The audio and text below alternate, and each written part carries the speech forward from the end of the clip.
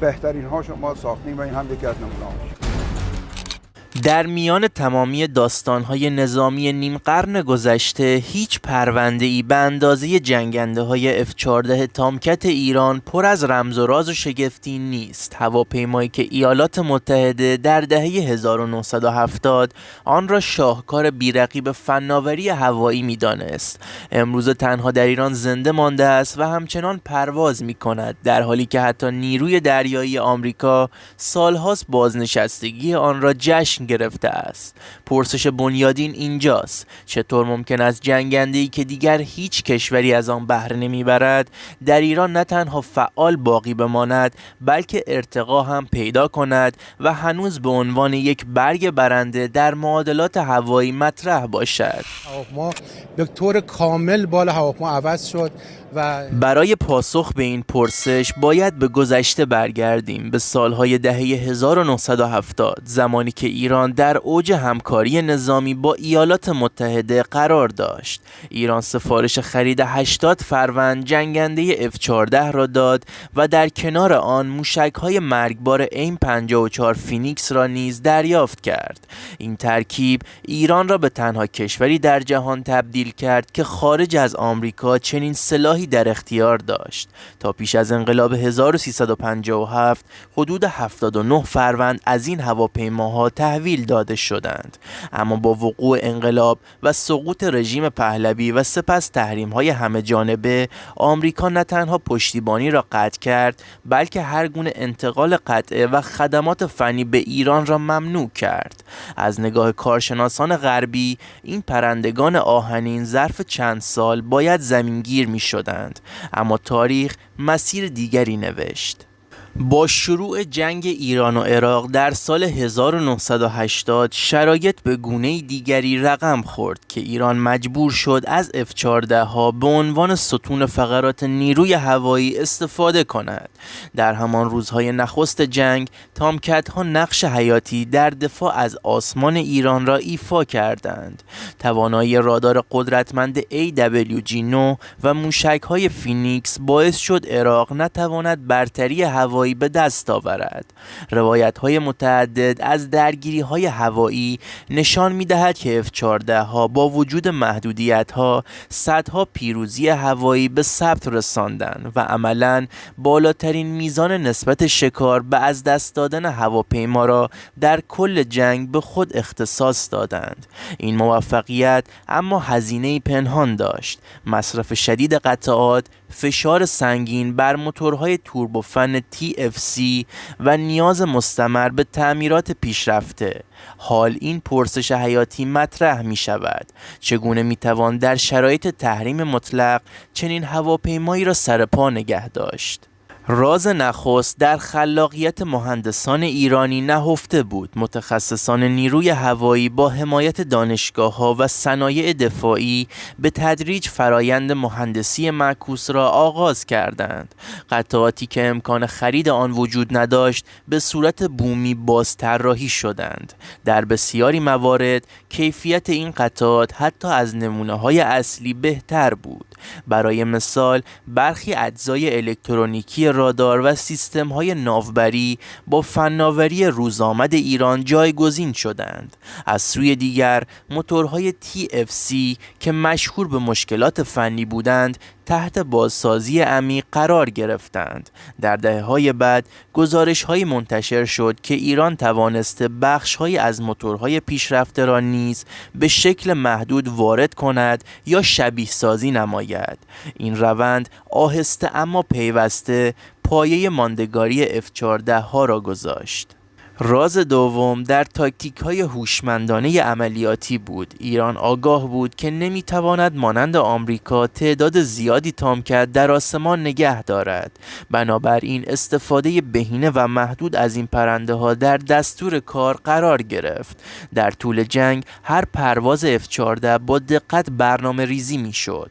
گاهی تنها حضور 1 یا 2 فروند کافی بود تا نیروی هوایی عراق عملیات خود را لغو کند. چرا که ترس از فینیکس و رادار AWG-9 همچون سایه‌ای بر سر خلبانان عراقی سنگینی می‌کرد. همین تاکتیک‌ها باعث شد فشار کمتری بر بدنه و موتور هواپیما وارد شود و طول عمر آنها را افزایش دهد.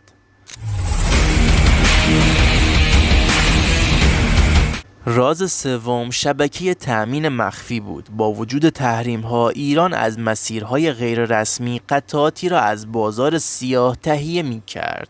گزارش‌هایی وجود دارد که در دهه‌های 1980 و 1990 بخش‌هایی از قطعات F-14 که در آمریکا اوراق می‌شد از طریق واسطه‌ها به ایران می‌رسید. حتی برخی کارشناسان معتقدند که قطعات جمع‌آوری شده از کشورهای به صورت پنهانی وارد ایران شد.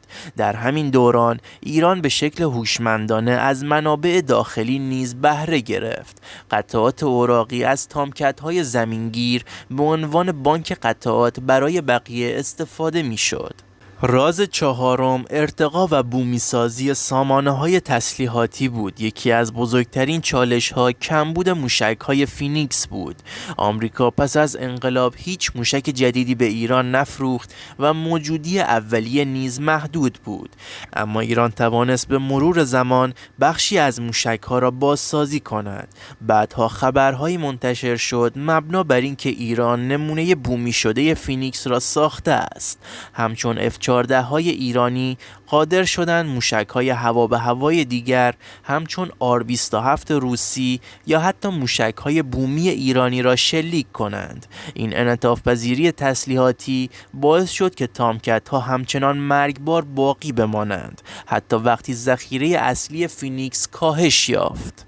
راز پنجم جایگاه ویژه در دکترین دفاعی ایران است. برخلاف بسیاری از کشورها که هواپیماها را بر اساس چرخه عمر بازنشسته می کنند، ایران نگاه متفاوتی به تامکت دارد. F-14 نه فقط یک جنگنده بلکه یک نماد استراتژیک است. حضور آن پیام آشکاری به دشمنان می دهد. ایران توانسته بر تمام موانع فنی، تحریمی و سیاسی غلبه کند و هنوز پرنده‌ای را در آسمان دارد که روزگاری کابوس هر خلبان دشمن بود.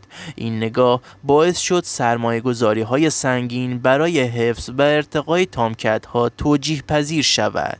راز ششم پیوند میان نسل‌های مختلف متخصصان ایرانی است. آنچه در دهه 1980 آغاز شد توسط نسل‌های بعدی مهندسان ادامه یافت. انتقال دانش تعمیر و نگهداری، طراحی نرم افزارهای جدید برای رادار و حتی دیجیتال سازی برخی سامانه‌های قدیمی همگی نتیجه تلاش چندین نسل است. امروز بسیاری از قطعات F-14 که در آمریکا تنها در موزه‌ها یافت میشوند در ایران به صورت فعال تولید یا بازسازی میشوند. این یعنی تامکت ایرانی در واقع نوعی هیبرید مدرن شده است که با نسخه اصلی تفاوت‌هایی پیدا کرده است. راز هفتم بهره برداری رسانه‌ای و روانی است. ایران به خوبی می‌داند که تامکت‌ها جایگاه خاصی در ذهن دشمن دارند. هر بار که تصاویری از پرواز F-14 ایرانی منتشر می‌شود، موجی از توجه و گمانه‌زنی در محافل نظامی و رسانه‌ای غربی شکل می‌گیرد. این جنگنده‌ها دیگر فقط ابزار نظامی نیستند، بلکه به بخشی از قدرت نرم و بازدارندگی روانی ایران تبدیل شده اند. امروزه بیش از 40 سال پس از آغاز جنگ ایران و عراق و در حالی که ایالات متحده نزدیک به 2 دهه است که تامکت‌های خود را بازنشسته کرده، F-14 های ایران هنوز پرواز می کنند. البته تعدادشان بسیار کمتر از گذشته است و منابع غربی بین 20 تا 30 فروند فعال تخمین می زنند. اما همین تعداد محدود نیز کافی است تا توازن روانی و نظامی منطقه تغییر کند. هیچ کس دقیقاً نمی‌داند ایران چه سطحی از ارتقا را روی این جنگنده ها اعمال کرده است. آیا رادارهایشان دیجیتال شده اند؟ آیا موشک‌های جدید شلیک می‌کنند؟ آیا متول‌هایشان بهینه شده اند؟ این ابهام خود بخشی از قدرت ایران است. و اما راز پایانی در یک جمله خلاصه می‌شود: ایران تامکت را از یک هواپیمای وارداتی به یک دارایی بومی و زنده تبدیل کرده است. همان گونه که ققنوس از خاک خود برمیخیزد، F-14 ایرانی نیز بارها از مرز زمینگیری گذر کرده و دوباره جان گرفته است. این داستان بیمانند نه فقط درباره یک جنگنده، بلکه درباره ملتی است که توانست در سخت‌ترین شرایط نماد برتری هوایی خود را حفظ کند. و امروزه وقتی در آسمان ایران بالهای کشیده تامکت ها برق میزنند، پیام آن برای جهان روشن است. راز ماندگاری ترکیبی است از دانش، اراده و ایمان به توانایی خود. تامکت ایرانی نه تنها هنوز پرواز می کند، بلکه پروازی است بر فراز همه محاسبات دشمنان.